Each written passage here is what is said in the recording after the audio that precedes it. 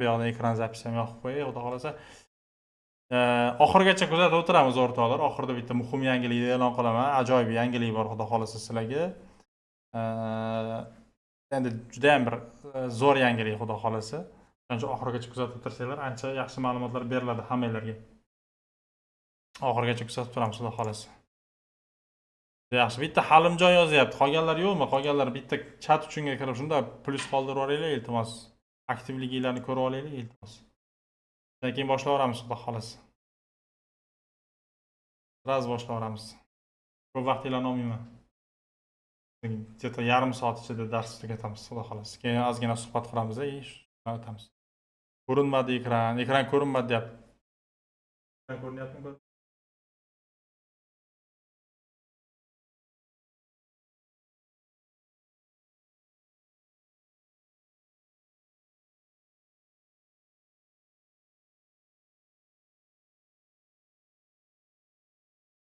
Ekran qotib qolganmi hammada? Ekran hammada qotib qolganmi bitta? O'rtoqlar. Ekran hammada qotib qolganmi? Bo'ldi, hozir qaytadan yoqaman, hozir 1 daqiqa. Translyatsiya ekranim. Translируем. Endicha. Endi ko'rinyaptimi hammaga? Orada qotib qolsa aytinglar.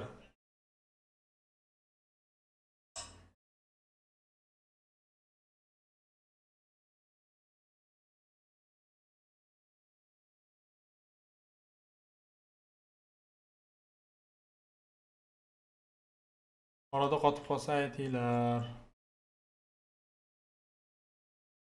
Yana ko'rinmayaptimi? Yaxshi emas-ku bu.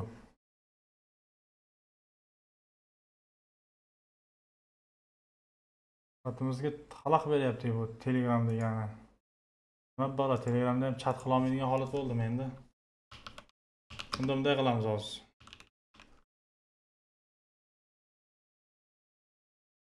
Ekran qotib qolyapti deydi hamma. Nima qotib qolyapti? Men ham tushunmayapman hozir. 1 daqiqa to'g'rilaymiz hozir.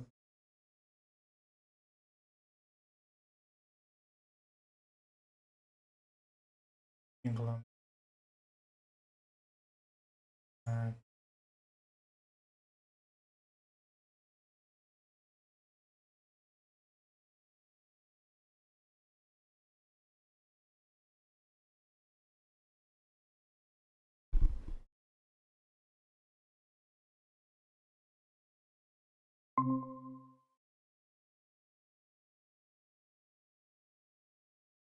Ochilib ketsin. Ekran ko'rindimi hammaga?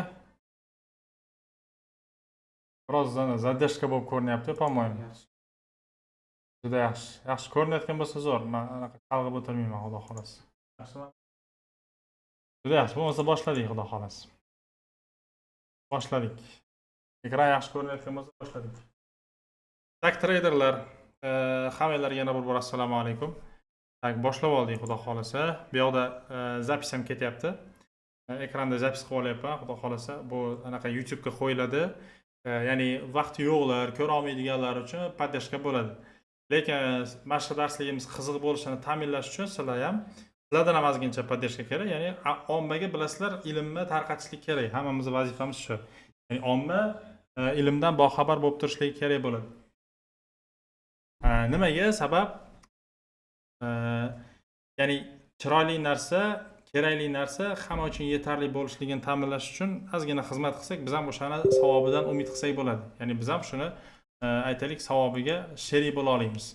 O'sha narsani ta'minlash uchun ozgina ilmni aytaylik ozgina kengaytirishga xizmat qilishimiz kerak. Men endi qotirib turibman, ya'ni anaqa qilmanglar, ya'ni xavotirlanmanglar, shu ekranda o'zim ushlab turibman.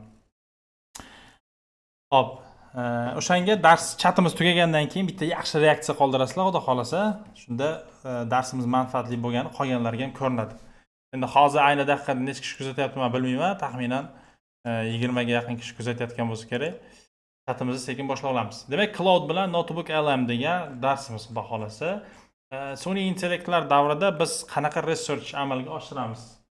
Ya'ni ma'lumotlarni qanday qilib, demak, izuchение qilsak bo'ladi o'zimiz.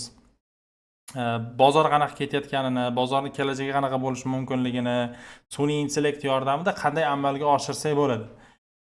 Kim men yuqorida o'sha tashlagan PDF faylni ochib ko'rib, o'qib, o'sha PDF fayldagi ma'lumotlarni o'zi qo'lda amalda qilib ko'ra oldi.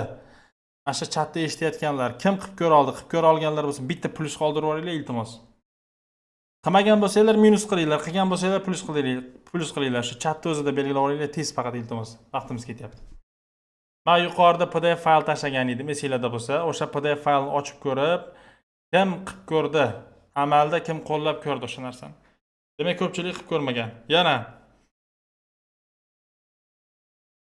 demak, deyarli hech kim qilib ko'rmabdi. Ayni shu PDF faylni ochib, hozir sizlarga bitta research qilishni ko'rsataman. Ana undan keyin xudo xolasa research davomiyligini oshiramiz. Rahmat Firdavs. Firdavs qilib ko'rib ekan, juda xursand bo'ldim. O'zi aslida o'sha PDF faylni o'qiy olgan odam, amalda qo'llay olgan odamga meni darsim o'zi kerak bo'lmaydi. Lekin men yana ham daskanalliklar tushuntirib beraman, o'sha qo'llanmadan tashqari ham ozgina qo'shimcha ma'lumotlar bo'lishi mumkin. O'sha doirada ozgincha ma'lumot berib o'tamiz. Ya'ni qo'llanmadan foydalanamiz. O'sha yuqoridagi sizlar foydalanmagan qo'llanmadan foydalanamiz. Xo'p, ushbu qo'llanmada biz istalgan mavzu bo'yicha Beeple Cloud yordamida ishonchli internet manbalarini topishdi. So'ng ularni notebook LMga yuklab, ularni chuqur tahlil qilishni o'rganamiz. Demak, qo'llanmada nima bor? Kirish qismi albatta. IKga muammoni aniqlash, qanday savol berish kerak, Cloud orqali manbani topishligimiz universal prompt yordamida, keyin URLlarni tekshirib yig'ishimiz, qaysi havolalar ishlaydi, qaysi bir ishlamaydi. Bularning barchasini o'zi notebook LMda o'ziga o'qitib olsak bo'ladi. Hozir men sintaksislarni ko'rsataman qanaqa bo'lishini. Undan keyin notebook LMga qadamma-qadam yuklab, natijani notebook LMda qanday baham ko'ramiz, biz qanaqa tahlillarni amalga oshirib ola olamiz. Mana shu narsa. Xudo xolasa mana shu darsdan keyin sizlar professional mutaxassis doirasigacha yetib boradigan qadamga yetasizlar, xudo xolasa. Men shuni umid qilayman. Ya'ni dars davomiyligini oxirigacha kuzatsanglar, shu biz bozorni bemalol qaysidir mutaxassis ham kelajagini ko'ra oladigan darajaga yetishimiz mumkin, katta ehtimol bilan. Shunaqa. Xo'p, davom etamiz. Demak, bu qo'llanma orqali biz Cloud AI lar bilan, endi AI lar mavzusiga ozgina kiramiz. Undan tashqari notebook LM bilan topilgan manbalarni o'qib, chuqur tahlil qilishni ko'rib chiqamiz. Biz har kuni biror bir mavzuni o'rganmoqchi bo'lamiz, lekin qayerdan boshlashni doim bilmay qolamiz. Chunki internetda to'la ma'lumotlar manbai, bazalar juda ko'p. Lekin qaysi biri ishonchli, qaysi biri o'qishga arziydi, arzimaydi bularni masalan o'zimiz ham bilmay qolamiz. Qaysi birida ma'lumot kuchli, kim qaysi AI dan foydalanyapti hozirgi kunga kelib, qani bitta yozib yuboringlar iltimos. Kim qaysi AI dan foydalanyapti? Bitta chatda yozib yuboramiz, demaychi. Tezlashamiz bolalar. Kim qaysi AI dan foydalanyapti? Qaysi sun'iy intellektdan foydalanyapsizlar? Ikkita vositadan biri buni bilish kifoya emas har doim. Ularni birga ishlatganingizda natija 10 barobar kuchliroq bo'ladi. Ko'pchilik Gemini, Cloud Gemini deyapti, ChatGPT qalamjon, ChatGPT ham zo'r. Abu Ravshan akamiz Cloud deyapti ekan. Tak. Yana kam, ko'pchilik Clouddan juda yaxshi, Cloud zo'r. Cloud zo'r, eng kuchli sintaksis qila oladigan Cloud albatta. Bugun barchasini bepul yo'llanmasi, bepul qo'llanmasi, o'sha bepulidan qanday foydalanamiz, bepul orqali qanday chuqur ma'lumot olamiz, shular haqida gaplashamiz. GPT Cloud Gemini o'zi bittasi ham yetarli. Aynan Cloud bo'lishi shart emas yoki aynan GPT bitta, masalan aytaylik, Gemini'ning o'zi bo'lishi ham yetarli yoki DeepSeek haqida eshitgan bo'lsanglar, DeepSeek'ga o'zi ham yetarli bo'lishi mumkin. Xo'p, research davomida albatta boshlashdan oldin eng muhim qadam muammoni aniq ifodalash kerak bo'ladi. Muammoni doim aniq ifodalash kerak bo'ladi. Biznes haqida biror narsa kerakdir balkim sog'liq doirasida nimadir kerakdir. Mana shu narsaga masalan oddiy savol berishdan ko'ra prompt doirasida savol berish yaxshiroq. Bu qanday bo'ladi? Ya'ni yaxshi savol startap uchun mijoz xizmatini avtomatlashtirish usullari yoki diabet uchun eng foydali ovqatlar qaysi? Masalan, mana shunaqa doirada, ya'ni aniq prompt berayotganda kim uchun nima natija kerakligi va qanday chuqurlik borligini aniq keltirib berishinglar kerak. Har qanday savol berayotgan AI bilan ishlamoqchi bo'lganlar, AI dan foydalanayotganinglarda unga mana shu 3 ta doirada, 3 ta tipda aniq savol berishinglar kerak. Kim uchun kerakligi, nima natija, ya'ni kim deganda nima uchun kerak masalan. Keyin o'sha nima uchun qidirayotgan narsalar sizlarga nima natija berish kerak, qanaqa natija berish kerak, keyin qanday chuqurlik, ya'ni qay darajada aniqlik kerak sizlarga? Mana shu narsa doirasini chuqurroq yondash aniqlik kiritib olsanglar, ana unda sizlarga juda ham yaxshi bir sintaksis beradigan narsa natija chiqazib beradi. AI o'zi chiqazib beradi. Keyin savolingizni aniqlash uchun 3 ta test kerak bo'ladi. Masalan, biz o'zimiz alohida promptlar yozib qo'yganmiz, ma'lum bir qoida doirasida. O'sha narsa doirasida keyin kerakli bo'lgan URLlarni yig'ib chiqib, ularni o'sha prompt doirasida berib ketamiz. Hop, demak boshladik. Nima qilamiz? Birinchi navbatda sun'iy intellektlar. Men endi ko'proq Cloud bilan DeepSeekdan foydalanaman. DeepSeekning mana bu bepul variant, hozir yangi akkaunt ochiladida, o'sha akkaunt mana chat historiyasi ham eshitmay yo'q, mana ko'rishingiz mumkin. Cloudda ham Novay Cloud premium emas, mana free plan deb yozib qo'ygan, upgrade, ya'ni pulsizi. Atayin pulsizi, chunki hamma pulligini sotib olmaydi. Bu aniq. Aynan o'sha pullisini sotib olmaydiganlar uchun bu darsimiz juda ham manfaatli bo'ladi. Ya'ni pulsiz, masalan, hech qanaqa pul sarflamasdan turib bozorni fundamental jihatdan yoki texnik taraflama qanday chuqur analiz qilish mumkin. Asosiy mavzuimiz shunday iborat o'zi aslida. Unga endi kerakli prompt yoziladi, ya'ni oddiy, hech qanaqa murakkab bo'lmagan, oddiyroq. Endi men bu yerda anaqa effortini sal lowdan sal tushirib qo'yaman, medium qilib qo'yaman, sal tokenni ko'proq sarflasin, yaxshiroq menga men kutgan javob aniqroq javob bersin deb aynan shuni belgilab qo'yaman. Ikkiga yaxshi sinkingga qolgan, ya'ni fikrlab javob bersin. Mana shunaqa foydalansanglar yaxshiroq. Endi men savol beraman. Masalan, men ko'pincha endi masalan quyidagicha ibora ishlataman. Ana любой bitta promptga anaqa salom jigar deb boshlayman, xuddi o'zimga yaqin olib, o'shanda men unga yaxshi ko'rinishga harakat qilayotganimni tushunib, u menga ham yaxshi ko'rinishni istab, chiroyliroq, to'liqroq javob berishga harakat qiladi. Endi bu nima deydi? Meni sirim desam, ana hazillashgan bo'laman. Ko'proq shunaqa yozishga odatlanib qolganman. Salom jigar, masalan, aytaylik, menga chuqurroq tahlil kerak. Sizlarga aytaylik, masalan, o'zingizlarni qiynagan qandaydir aytaylik savol yoki o'zingizlarni qiynagan aytaylik fundamental tahlil doirasidagi murakkablik bo'lsa, men hozir chat ajratib qo'yganman, o'sha chatga yozib ketinglar. O'zingizlar ham yozib ketinglar. Sizlarnikini ham birortasini tanlab hozir foydalanib ko'ramiz. Qanaqa taklifinglar bo'lsa yozib ketinglar. Nimada foydalanish sizlarni doim qiynab kelgan, nimada yordam kerak sizlarga. Mana shu narsaga ham men zadeshka berib, sizlarga ozgina podeshka berib ketaman mana shu joyda. Hop, men yana mavzuga qaytaman. Salom jigar. Menga aytaylik, nima masalan har oyda e'lon qilinadigan, masalan, ma'lumot bor, masalan, har oyda e'lon qilinadigan masalan aytaylik CPI ko'rsatkichi, masalan. CPI ko'rsatkichi bor. Va shu doirada, masalan, doirada nima bor? Shu doirada yoki shu doiraga aloqador marketni masalan, marketni albatta CPI ko'rsatkichiga bog'lab, CPI ko'rsatkichiga bog'lab analiz qilish mumkin bo'lgan barcha saytlar linklarini Google Notebook LM tahlil yoki anaqa source deyiladi. Notebook LM ni anaqasi istochnik deyiladi yoki ruschasiga istochnik, anaqaga ingliz tilida source bo'limida o'qish mumkin bo'lgan, bitta sirni aytib ketaman sizlarga qaylar. Analiz qilish mumkin bo'lgan barcha saytlar linklarini Google Notebook LM source bo'limida o'qish mumkin bo'lganini aytaylik, bo'lganini yig'ib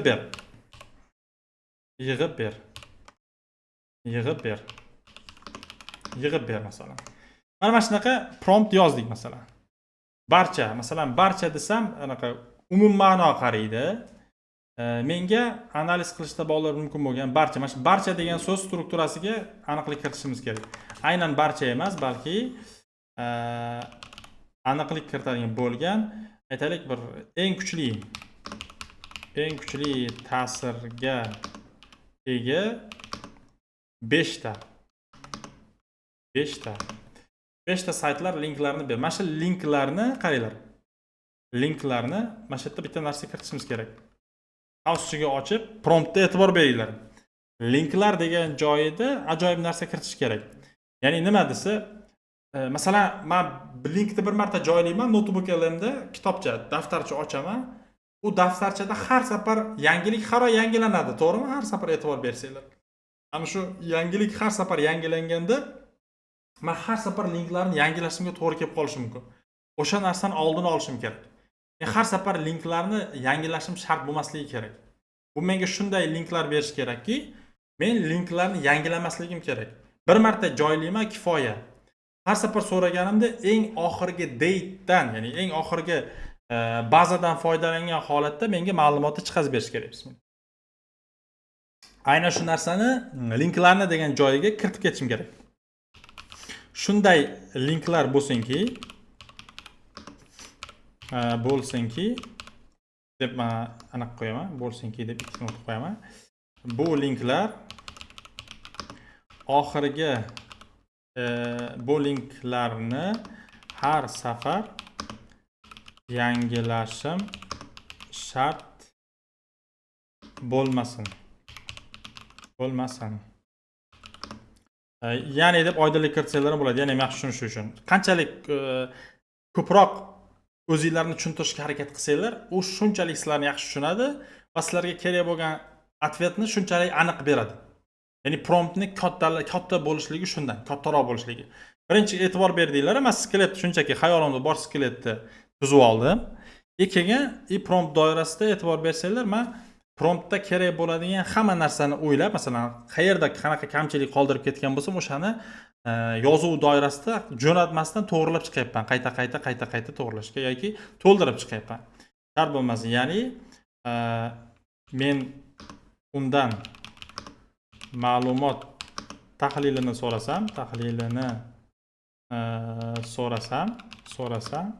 menga aytaylik, oxirgi ma'lumot asosida javob qaytarsin.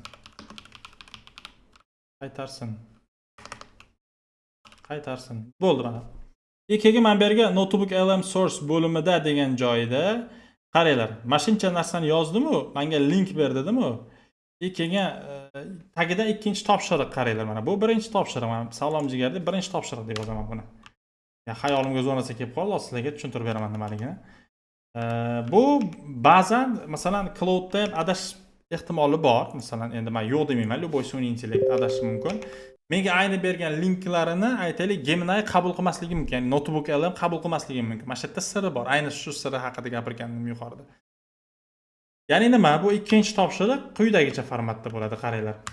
Ikkinchi topshiriq mana bunaqa.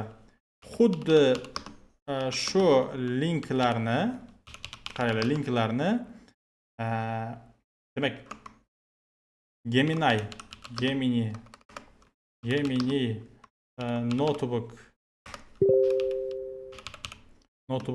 LM source'iga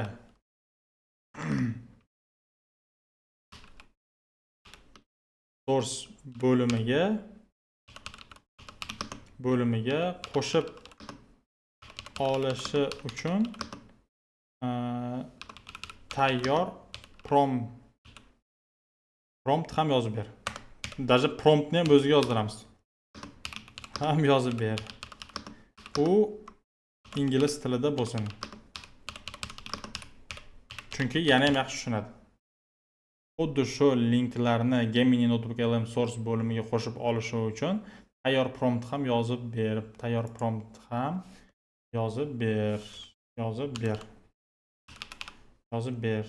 U ingliz tilida bo'lsin. Linklarni degan joyida demakki alohida ana kiritib ketishimiz kerak, bo'lim kiritib ketishimiz kerak. Link ro'yxati emas, kerakli demak manba. Masalan, u menga anaqa promptimda linklarni yozib berish kerak emas-da. Link emas, balki kerakli manbani o'zi qidirib topishiga yo'naltirish kerak. kerakli link ro'yxati emas. Tak, men bu emas deb virgul qo'yib ketay, yaxshiroq tushunadi. Emas. Kerakli linkni qidirishi uchun matn deb yozib qo'yaman. Yoki uchun topshiriq deb yozib qo'yaman. Topshiriq. Mana bizda ideal promptimiz topshiriq. Всё. Mana bizda ideal promptimiz bo'ldi. Mana shunaqa bo'lsa, hozir bu menga endi buni bir marta yozganim kifoya bo'ladi. Menimcha shuni anaqa qilib qo'ysam ham bo'ladi, sal. Ay qilib qo'ysam ham bo'ladi, yaxshiroq, ko'proq, kuchliroq manba beradi shunda. Mana shuni o'zi kifoya bo'ladi. Men buni hozimda copy qilib, sizlar ham olishinglar uchun anaqa qilib qo'yaman. Chatga tashlab qo'yaman. Qaranglar o'rtoqlar, e'tibor berib turinglar. Tashlab qo'yayapman. Hoppa. Tushdi. E'tibor berdinglarmi? Ana chat bo'limida turibdi. Kirib ko'rsanglar bo'ladi. Ayni shu yozgan promptimni agar ekranda o'qilmayotgan bo'lsa, tashlab qo'ydim. Shu sizlar ham o'qishinglar uchun. Bemalol o'qiy olishinglar uchun. Ko'rsanglar bo'ladi. Mana jo'natamiz, qaranglar. Jo'natish tugmasini bosaman. U menga kerakli bo'lgan saytlarni, linklarni hammasini topib beradi. Asosiy bo'lim endi kelyapti, xudo xolasa. Asosiy bo'lim. Qotib qolmaganmi? Yaxshi. Mana bu research qilishni boshladi mana. Eng kerakli bo'lgan ayni shu CPI to'g'risidagi ma'lumot, mana CPI ko'rsatkichi bor. Consumer Price Index ko'rsatkichi doirasida. Endi bir misolda o'yladim men. Xuddi shunaqa o'zingizlarga kerak bo'lgan manbalarni o'sha cloud yordamida qidirib, manbalar ro'yxatini yig'ib olib, o'sha manbalar ro'yxatini notebook LM ga jo'natib, prikrepit qilib, kelgan notebook LM dan istochnik sifatida foydalansanglar, o'shani o'zi kitoblab tayyor bo'ladi. Avval bitta muhim narsani aniqlash zarur. Keyin so'ragan ikkala narsani. Muhim notebook LM da oddiy veb-sayt URL source sifatida qo'shilsa, u avtomatik yangilamaydi. Qo'shilgan paytda suratni saqlab qoladi. Surat bo'lmaydi, yangilab beradi, hech xavotir olma. VLS CPI ko'rsatkichi, mana shu narsa kerak. Hozir bizga prompt kerak. Mana bizga 5 ta saytlar ro'yxatini berdi. Buni endi notebook LM ga yig'ib chiqamiz. Keyin ayni shu doirada bizga kerak bo'lgan promptni yozib berdi. O'zi kerak bo'lgan ma'lumotni qidirib oladi. Hop, ana endi nima bo'ladi, qaranglar. Mana bu promptni o'sha yangilanadigan paytiga tayyor qilib shunda joylab qo'ysanglar kifoya bo'ldi. U sizlarga tayyor research izucheniya qilishinglar uchun tayyor bir daftarcha vazifasini o'taydi, qo'llanma bo'ladi.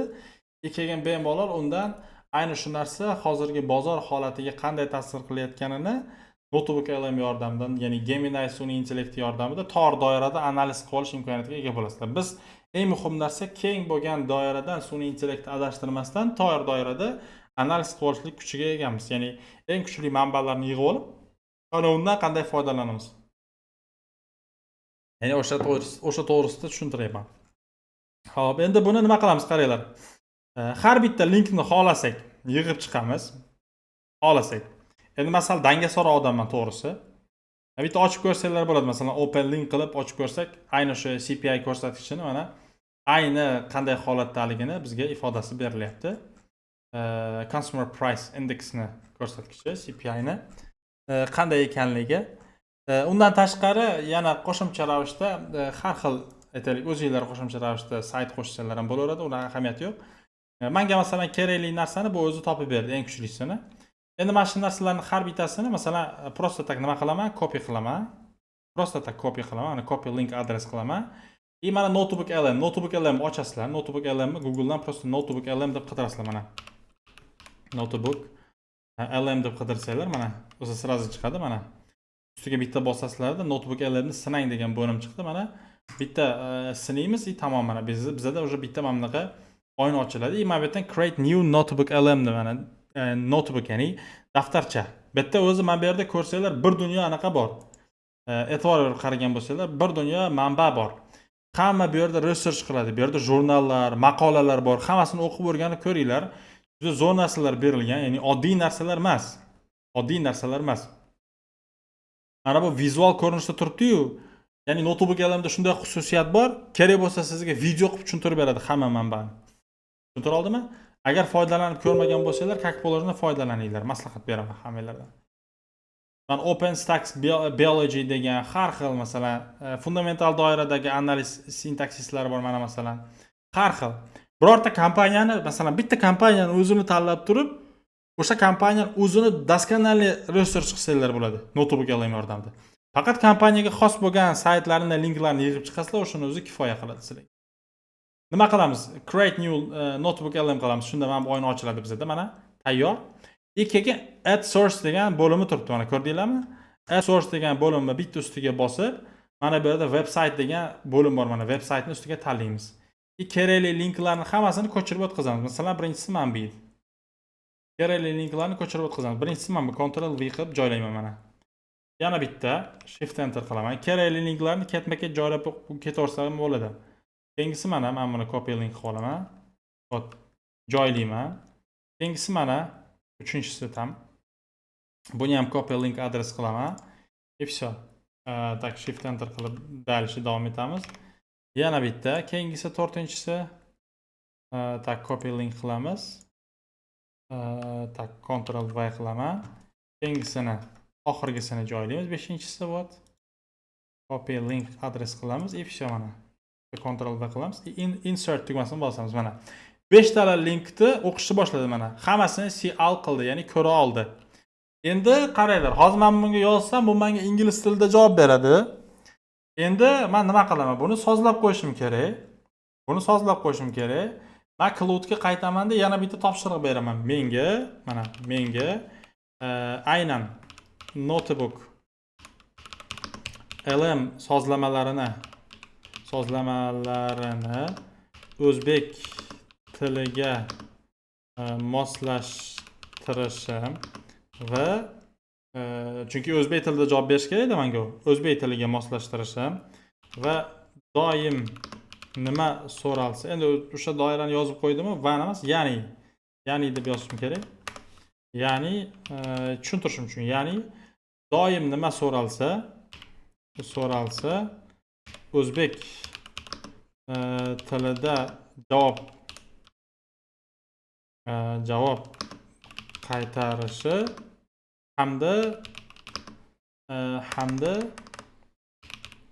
hamda tahlilni juda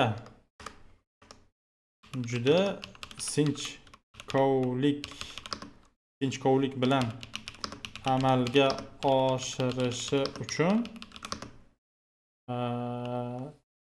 sozlamalarini ayni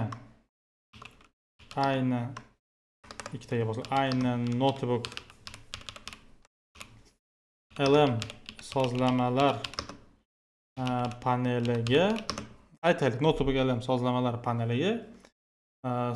sozlamalar paneliga kerak promptni yozib ber.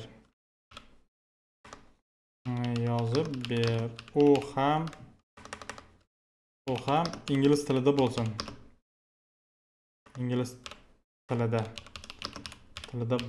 Nima uchun ingliz tilida beryapman? Nima uchun promptlarni ingliz tilida yozdirishga harakat qilyapman? Sababi bor. Sababi juda ham oddiy. Chunki sistema to'liq doirada ingliz tilida tuzilgan. Ingliz tilini masalan o'zbek tilidan ko'ra ancha yaxshiroq tushunadi. Qanchalik sistemani siz ingliz tili doirasiga moslashtirsangiz, shunda ham anaqa bo'ladi, ancha kuchli bo'ladi. Chat ko'rinmayapti deyapti. Chat ko'rinyapti o'rtoqlar. Sal kutinglar, biroz vaqt kutsanglar, chat ko'rinib ketishi kerak. Hammada chat ko'rinyaptimi? Rебята. Shundoq yozib yuboringlar iltimos. Bitta plus chatni shundoq to'xtatib turibman. Promptni berib qo'yaylik. Yana bitta narsa. O'sha sozlamalar paneli qattaligini bitta ko'rsataydi bu. Men buni mamdoq qilib turib, custom qilaman-da, mana bu joyini shunday screenshot qilaman. Ctrl S screenshot qilamiz-da, belgilab olib mana. Ayni mana shu joy uchunligini keltirib o'tishim kerak edi. Mana Cloudga yozib qo'yay, ayni shu joy uchun deb. Ko'rinmayaptimi? Ikronboy ko'rinmayapti deb yozib ekan. Bizga ko'rinyapti. Bizda hammada ko'rinyapti deydi. Kimlarda ko'rinmayapti? Ko'rinayotganlar yo'q, umuman ko'rinmayapti. Ko'rinmayapti deydi. Internetda muammo bo'lishi mumkin sizlarda ozgina. Qolganlardachi? Hozir 2 kishida umuman ko'rinmayapti. Ko'rinayotganlar bitta plyus qoldirib yuboringlar iltimos. Ko'rinyapti deyapti ekan. Ko'rinyapti. Bitta chiqib qayta kiringlar iltimos. Ibrohim aka, Sobir aka, Ulug'bek aka solib berib, Ikromboy aka iltimos bitta chiqib qayta kiringlar-da, xudo xolasa ko'rinib ketish kerak. Bitta chiqib qayta kiringlar-da, xudo xolasa ko'rinib ketish kerak. Chunki bizda ko'rinyapti. Tak, boshladik mana. Men buni jo'natib yuboraman endi. Nimaga skrinshot tashladim? E'tibor beringlar. Skrinshot bu 2 marta kirib chiqdim debdi. Yana bir harakat qilib ko'ring iltimos. Может internetdandir, lekin bizda yaxshi ishlayapti. Qotib turgan bo'lishi mumkin. Biroz kutib tursangiz ishlab ketish kerak. Hayronman nimaga ko'rinmayapti. Hop, nimaga men bu yerda skrinshot tashladim? E'tibor beringlar. Nima uchun skrinshot tashladim? Sababi skrinshotning asosiy masalasi shundan iboratki, ayni qayerda agar sozlama uchun kerakligini bunga ko'rsatib yuborishim kerak. O'shanda bu yaxshi tushunadi. Sirasi yaxshi tushunib ketadi. Jo'natish tugmasini bosaman, menga hozir prompt yozib beradi. Keyin biz o'sha yerda custom maydoniga mana shu narsani yozib bergan promptni kiritishimiz kerak bo'ladi. Vot mana ancha tushunarli qilib yozib berdi. Mana 7 qatordan, ancha qatordan iborat bo'lgan prompt. Turdiyeva Muhayyo. Sizga ham ko'rinmayaptimi Muhayyo opa? Internetni yoqib o'chirib ko'ringlar deyapti ekan. Bo'lmasa jabr sanaq qilamiz o'rtoqlar. Men hozir zapis qilyapman, xudo xolasa. Sirazi chiqazib yuboraman YouTube'ga. Unaqa montaj qilib o'tirmayman umuman. Sirazi chiqazib yuboraman. Chiqazib yuborib, xudo xolasa anaqa qilamiz. Muammo bo'lmaydi, xudo xolasa. Sirazi ko'rsanglar bo'ladi. Sirazi chiqazib yuboraman, xudo xolasa. Mana tayyor prompt. O'sha promptni nima qilamiz? Olamiz. Sozlamalar paneliga o'tamiz. Mana bu yerda custom degan bo'limga o'sha promptni joylaymiz mana. Joyladik o'sha. Sal kattalashtiring. Hop. Save qilamiz. Ana endi bu bizga xudo xolasa mana bu chat bo'limida to'liq bizni foydamizga ishlaydi. Ya'ni doimiy ravishda o'zbek tilida javob qaytaradi. Endi men aytaman bunga. Menga oxirgi aytaylik o'sha oxirgi CPI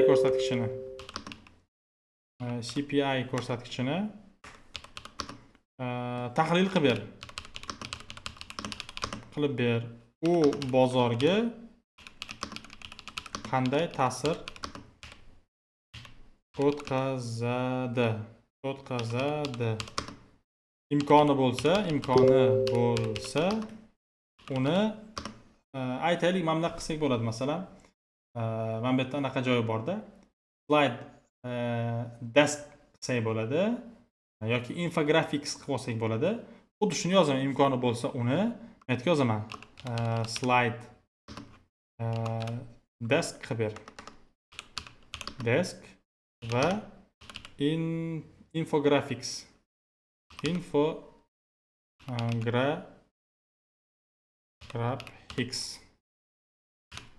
Mana shunaqa qilib ber.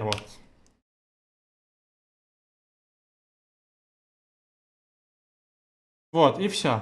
Mana bunga endi joylayman. Qaranglar, juda ajoyib narsa chiqarib beradi hozir. Bitta jo'nataman. Hozir ko'rasizlar. Endi qaysi bozorgaligini aytib o'tirmadim. Imkoni bo'lsa o'zi anaqa deyishim kerak-da. Fond bozoriga deyishim kerakmi? Akalar kompyuterga notebookdamisizlar, telefonda ko'rmayapti, ikkala telefondan ham kirsam. Mana bunaqa bo'lib turibdi. Bu internetdan aka, mana shu imенно shunaqa holat bo'lishi internetdan. Bizda lekin telefonda ham ko'rinyapti, kompyuterda ham ko'rinyapti. Vot mana qaranglar, tahlil juda ham ajoyib chiqdi. Sizning so'rovingizga binoan 2026-yil may oyi uchun AQSh iste'mol narxlari indeks CPI tahlili uning moliya bozorlaridagi ta'siri Federal rezervning Fed foiz stavkalari bo'yicha kutilmalarni o'z ichiga olgan slayder taqdimot infografika yaratdim deyapti. Hozir bu gazeta 5 ta source doirasida infografika va slaydlar yaratyapti. O'sha slaydlarni hozirga chatga tashlab beraman. Sirasi chatga tashlab beraman. Hop. Sozlab olishinglar uchun, nastroyka qilib olishinglar uchun ayni kerak promptlarni ham tashlab qo'yapman. Hozir yuqoridagi promptni ham tashlab qo'yaman. Menga o'sha doirada qilib bergan promptini o'tman. Notebookga ham sozlaman. Ikkinchi prompt bu. Ikkinchisini tashlashinglar uchun отметка qilib tashlab qo'yaman buni. Eslab qolinglar. Qilib vot. Enter tugmasini bosib qo'ydim. Notebook element bizga o'sha tahlilni boshladi, generatsiya qilishni boshladi. Fond bozoriga taxminiy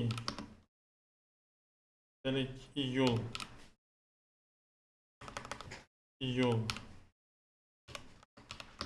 oyida qanday ta'sir ko'rsatadi?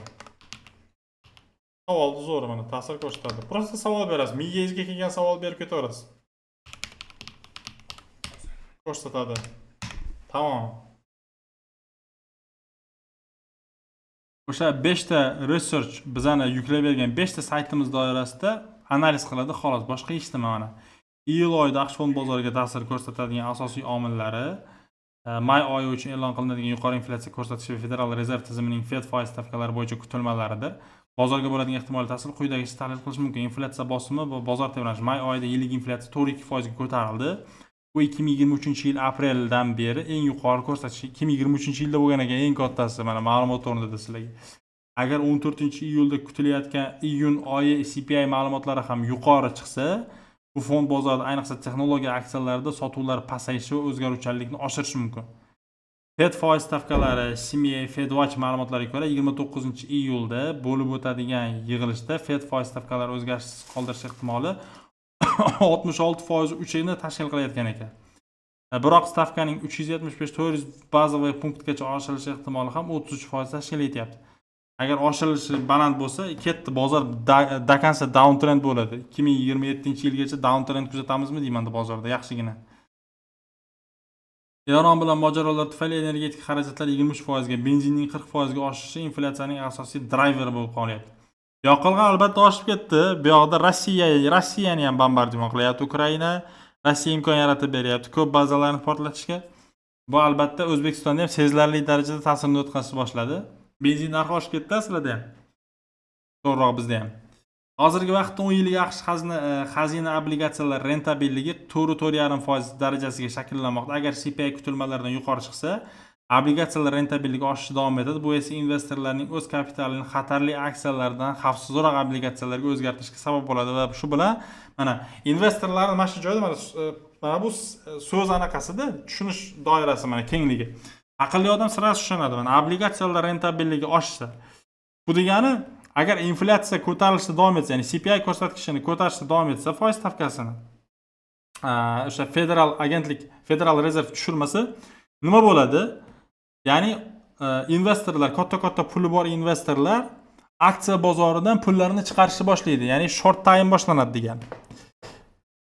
Pullarini chiqarib bozor qo'lashga olib keladi bu degani. Bozor biroz muddat yaxshigina quliydi. Biroz muddat emas, ancha vaqt quliydi, chunki investorlar obligatsiyalarga ko'chirgandan keyin ancha vaqt obligatsiyalarda yuradi pul.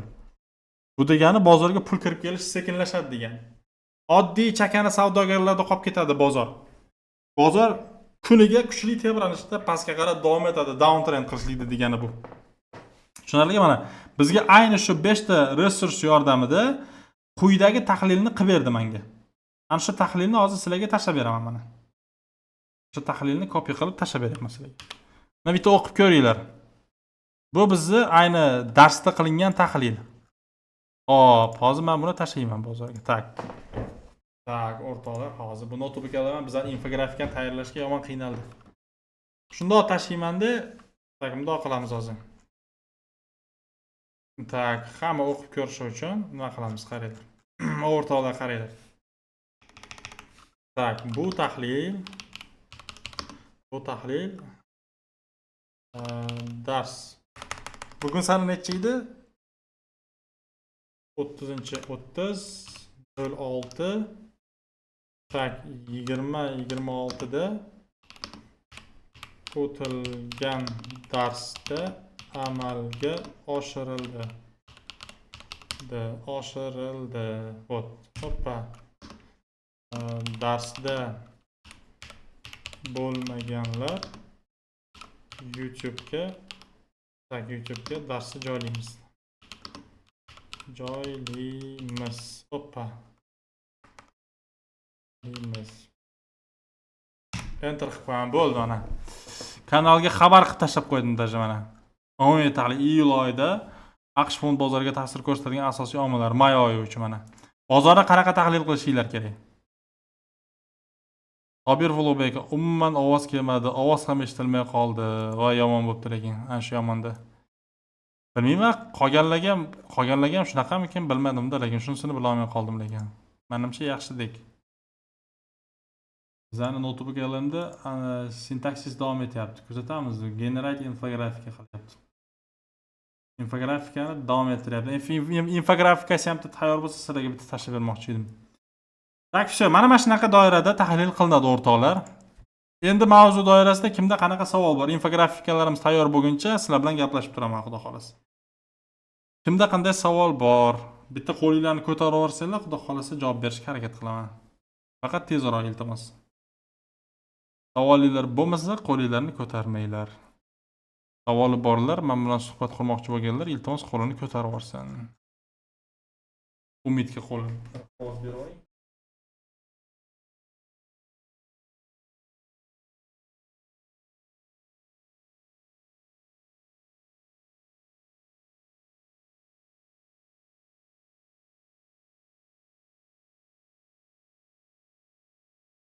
Qani Umidjon, assalomu alaykum.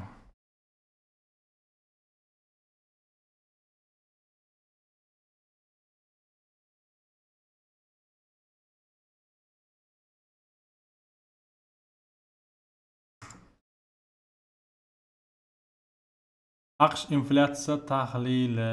Hoppa. Mana sizlarga bitta ajoyib infografika o'rtoqlarim. AQSh inflyatsiya tahlili, may oyi tahlili. Assalomu alaykum. Va alaykum assalom. Assalomu alaykum. Salomatmisiz? Charchagamizmi? Rahmat, alhamdulillah.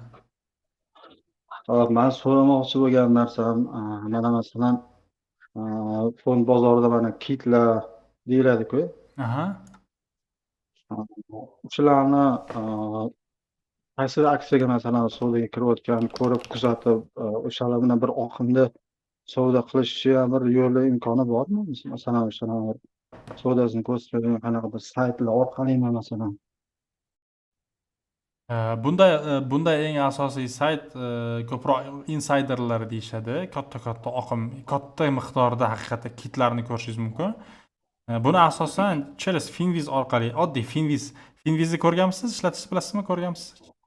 Ishlatib ko'rganmisiz? Ishlataman. Ayni shu Finvizda xuddi shu narsa, siz aytgansiz, so'ragan narsa bor. Hozir men ko'rsataman sizga. Ekran ko'rinyapti sizga? Ekran yo'q, xira bo'lib turibdi. Qanaqami?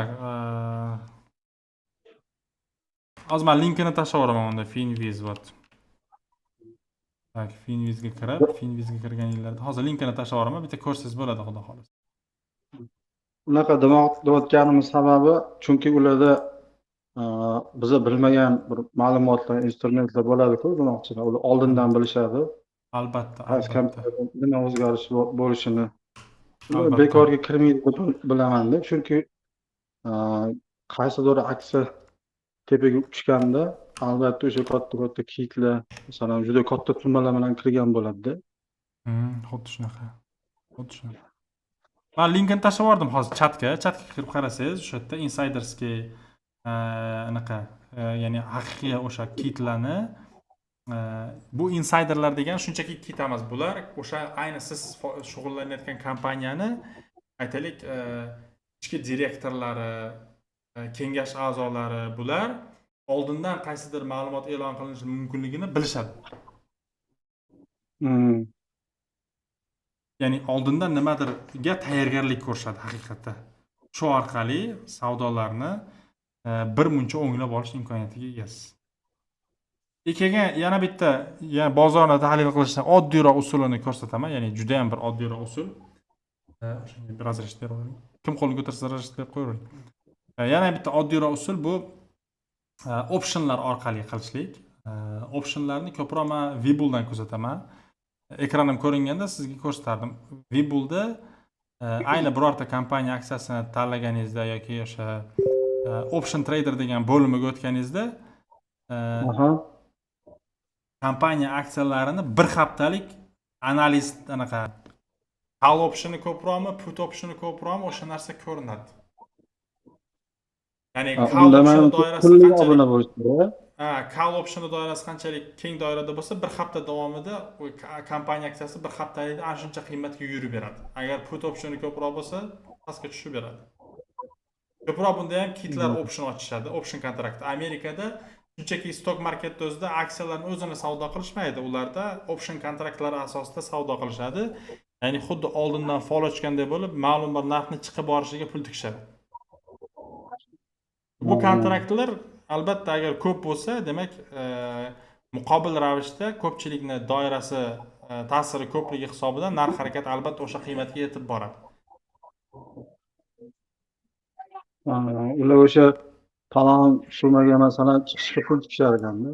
Ha, shunaqa. Xuddi shunaqa.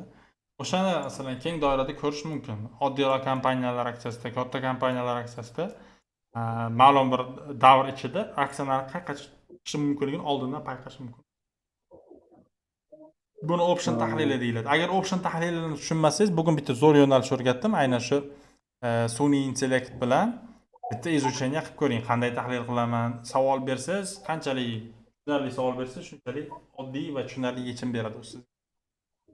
Masalan, kechroq kirib qoldim, yo'llaydim, o'sha joylarni esini qolmadim. Bu mabodo zapisini yo'li tashlamaydi zapis? Bu zapis qilinyapti, xudo xolasa zapisini YouTube'ga qo'yamiz. Hozir sразу qo'yib yuboraman, hech qanaqa montaj qilmasdan. To'g'risi. Keyin yana bitta narsa so'ramoqchi edim. Hozir mana joylarda eshitib qoldim, masalan, robot bilan ustuni qilib turib, savdo qilish ko'p joyda reklamalar chiqyapti-da. O'shanga qanaqa fikrlasiz? Hop, algo trading doirasi o'zi murakkab ish emas. Biz u narsa doiralarida ko'p shug'ullanib ko'rganmiz. Robot trade qildirishlikni. Robotga trade qildirishlik qaysidir doirada, masalan, riskingizni ma'lum bir chegarada belgilab qo'yishlikdan boshqa narsa emas. Pulingiz birdan ko'payib ketmaydi, sekinlik bilan oshib. Muhim narsa robotda pul yo'qotmasligini ta'minlash osonroq. Pulingiz yo'qotmasligini ta'minlash. Uni qilish muammo emas, oson, ja murakkab ish emas. Lekin masalan katta foydaga erishmoqchi bo'lsangiz, albatta baribir o'zingiz trade qilishingiz kerak yoki qaysidir professional trader bilan shartnoma asosida ish yuritishingiz kerak. Endi bizda unaqa moliyaviy maslahatchi, moliyaviy mutaxassislar rejim doirada yo'q-u, lekin orqa o'rinda shunaqa qilsa bo'ladi. Professionallar bilan ishlab shunaqa ish qilsa bo'ladi. Unda ham masalan ma'lum risk chegarani qo'yib qo'yasiz. O'sha chegaradan o'tmasang bo'ldi, men qolganiga tayyorman deysiz. O'sha chegaraga mabodo yetib qolsa ham, aytaylik, sizga pulingizni qaytarib berish kerak bo'ladi. Mana shunaqa ishlash ham yaxshi doira beradi. Mana shunaqa ishlash ham chiroyli narsa beradi. Endi bu qanchalik anaqa to'g'ri deb bilmayman baribir. Kimgadir baribir pulni ishonib topshirishlik qaysidir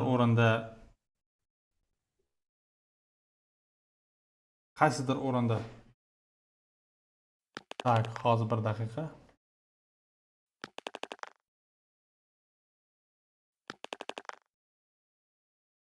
Tak, hozir zapisda muammo, anaqa internetda muammo bo'lib qoldi. Telegramda yozib oling, internet bo'lib qoldi. Katta uzilish bo'ldi.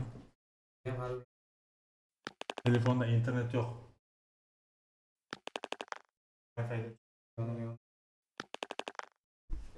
Yozingcha.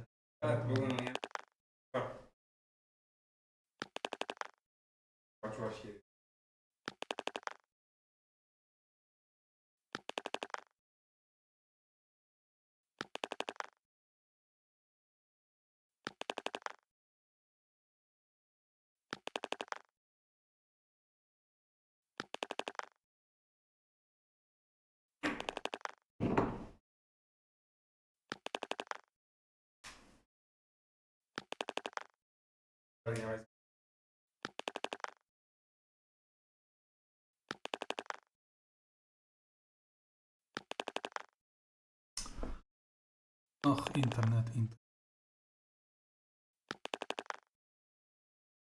Yondi endi. Hozir qaytdik.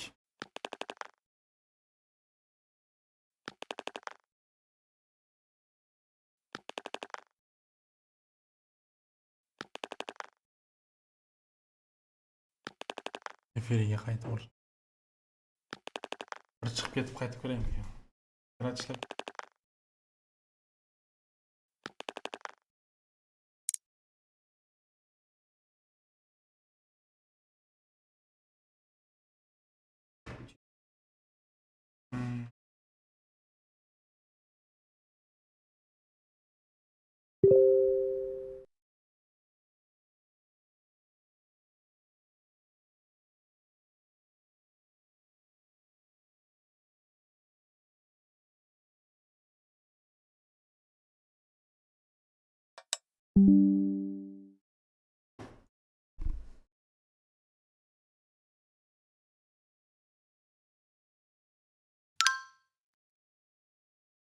Tak o'rtoqlar, efirga qaytdik. Ovozim yaxshimi?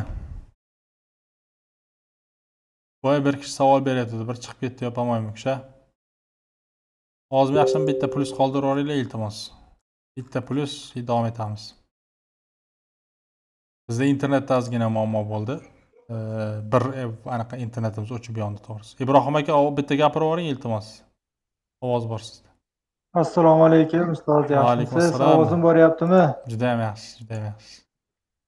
Ovoz endi rosa yomon kelyapti.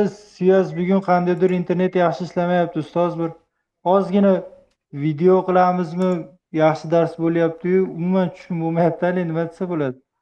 Ovoz uzilib tushunolmayapti bizda, iltimos. Ali sun'iy intellekt bilan ishlashdi. Jicha ilinib qolyapti ovozlari, ana ishlayapti deymiz, baba yana qatib qolyapti. Alloh. Necha xudo xolasa anaqa muammo bo'lmaydi. Zapis qilib oldik. Polniy ekranni polniy zapis qilib oldik. YouTube'ga qo'yamiz. Menimcha yaxshi narsa chiqsa kerak. Xudo xolasa shunaqa qiling ustoz, iltimos. Guruhga tashlaysizmi, YouTube'ga qo'yasizmi, ko'rib o'rganib, shu sun'iy intellekt bilan ishlashchilarni ko'raylik. Ha, xudo xolasa albatta. Qo'yiladi обязательно. Hozir mana zo'r kelyapti ovoz ustoz. Qaytdan keyin Juda zo'r. ko'ring. Hozir zo'r kelyapti. Juda yaxshi, xursand bo'ldim. Tak, boya anaqa yana bir javob aytayotgandim, shu joyda qotib qoldim lekin Umid akaga adashmasam.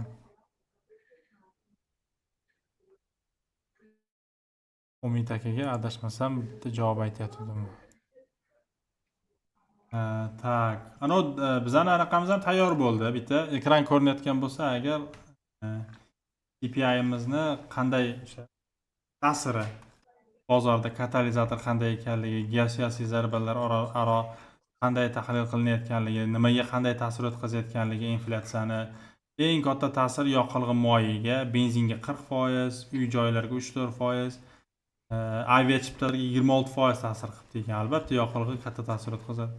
Nimaga qanday ta'sir doirasi borligini, e'tibor jihatlama qanday tarozi pallasiga qo'yish kerakligini tushuntirib bergan. Ayni shu bizni ana bugungi o'tilingan darsimizdagi qo'llanmada.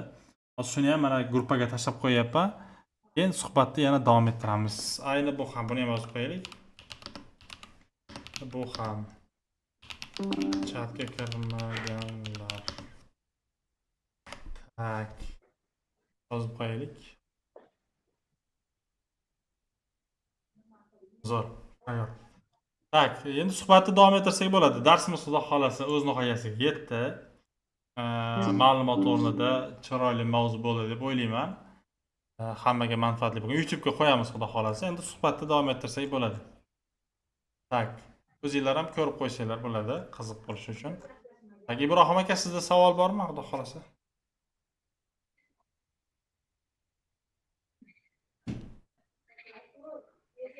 Xo'sh. Savol yo'q ustoz. Yaxshi, xursand bo'ldim. Bugungi darsni ko'ramiz deb ko'rdik.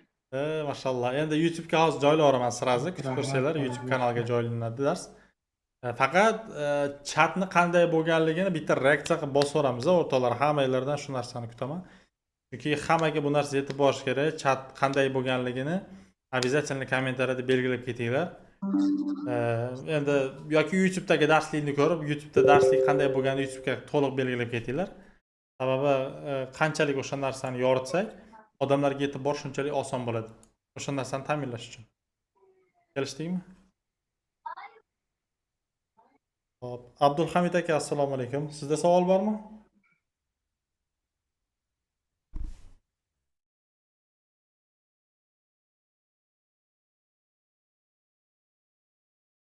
Хорошо, sukunat alomati rizo. O'rtoqlar, chatimizni shu joyda yakunlaymiz. Hammaga rahmat. Ayniqsa meni kuzatib turganlar uchun. Chat efir yomon bo'lganida men ham afsusdaman. Hammalarga ming bor uzr. Texnik задержка bo'ldi. Internetda muammo bo'ldimi, nimada muammo bo'ldi, men ham tushunmay qoldim. Sizlarda ham ko'rinmadi, menda ham yaxshi bormadi dedinglar. Bilmadim, juda ham yomon bo'lganda o'zim ham afsusdaman. No, YouTube'ga xudo xolasa chiqazamiz sirazi. Hammasi zapis bo'lgan, qotishlarsiz, chiroyli bo'lgan hamma narsa. Hammalarni o'sha darslik doirasida kutib qolaman. Albatta iliq kommentariyalar bilan обязательно o'z fikringlarni yozib qoldiringlar. Bozorni qanaqa tahlilni amalga oshirsanglar, обязательно qaysidir kommentariyada belgilab ketinglar. Men mana bunaqa tahlil qildim, men mana bunaqa tahlil qildim. Ustoz, mana bunaqa chiqdi natija. Bozor tahlili shunaqa bo'ldi deb обязательно yoritib ketinglar. Hammaga rahmat. Keyingi darslarda, keyingi chatlarda ko'rishguncha deb qolaman. Sog' bo'linglar, salomat bo'linglar.